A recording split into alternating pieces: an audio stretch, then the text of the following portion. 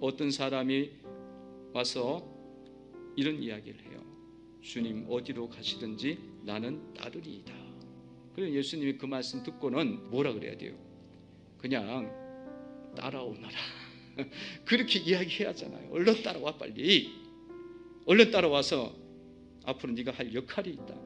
따라와 이래야 되는데 말씀하시기를 여우도 굴이 있고 공중에 새도 집이 있는데 나는 집도 없고 머리 를 것도 없고 없어 아무것도. 이렇게 또 예수님 말씀하시네요. 왜 그랬어요? 예수님께서 지금 예수님의 길에 대해서 말씀을 하는 거죠. 예수님의 길, 예수님이 가시는 길, 예수님을 따르는 길, 그 길이 어떤 길인지 말씀하는 거예요. 예수님을 따르는 길은 쉬운 길이 아닙니다. 어렵고 힘들고 십자가의 길입니다. 좁은 길이에요. 넓은 길이 아니야. 넓은 길로는 사람들이 찾는 이가 많지만 나중에는 그 길은 생명이 없고 멸망하게 되어지고, 좁은 길로 들어오너라. 좁은 길로 들어갈 때, 좁은 문으로 들어갈 때 사람들이 적지만 생명이 있는 곳이다. 또 한 사람을 만나게 됐는데 어떤 사람에게 따라오라고 했어요. 그랬더니만 이 사람은 이제 뭐라고 이야기하냐면 아버지 장사해야겠대.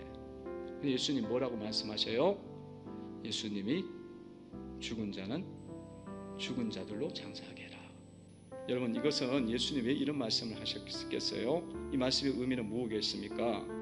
그것은 복음의 가치가 얼마나 큰지, 얼마나 높은지, 위대한지를 알아야 된다는 거예요. 예수님은 영생을 가지고 계신 분입니다. 영생을 갖고 계시는 분이기 때문에 예수님은 우리에게 영생을 주실 수가 있는 거예요. 그러니까 예수님을 통해서는 우리가 영원한 것을 얻을 수가 있는 겁니다. 그럼 영원한 것에 비해서 이 땅에서 우리가 갖고 있는 생명, 육신의 생명, 이 땅에 갖고 있는 우리의 물질, 명예, 권세, 이 모든 것들이 대단한 것 같지만 다 죽을 것이고 썩을 것이고 없어질 것이라는 거예요. 그러니까 그게 비교가 안 되면요, 주님을 못 따라가요. 우리가 어느 누가 영생을 줄 수 있다고 말할 수 있어요? 영생 줄 수 있습니까? 어떤 것에서 영생 나옵니까? 어떤 것에서 제사함이 나옵니까? 도덕을 지킨다고 해서, 세상의 윤리를 알고 지식을 안다고 해서, 돈을 많이 번다고 해서 우리 죄가 씻어집니까? 인간의 힘으로는 죄 문제가 해결 안 돼요.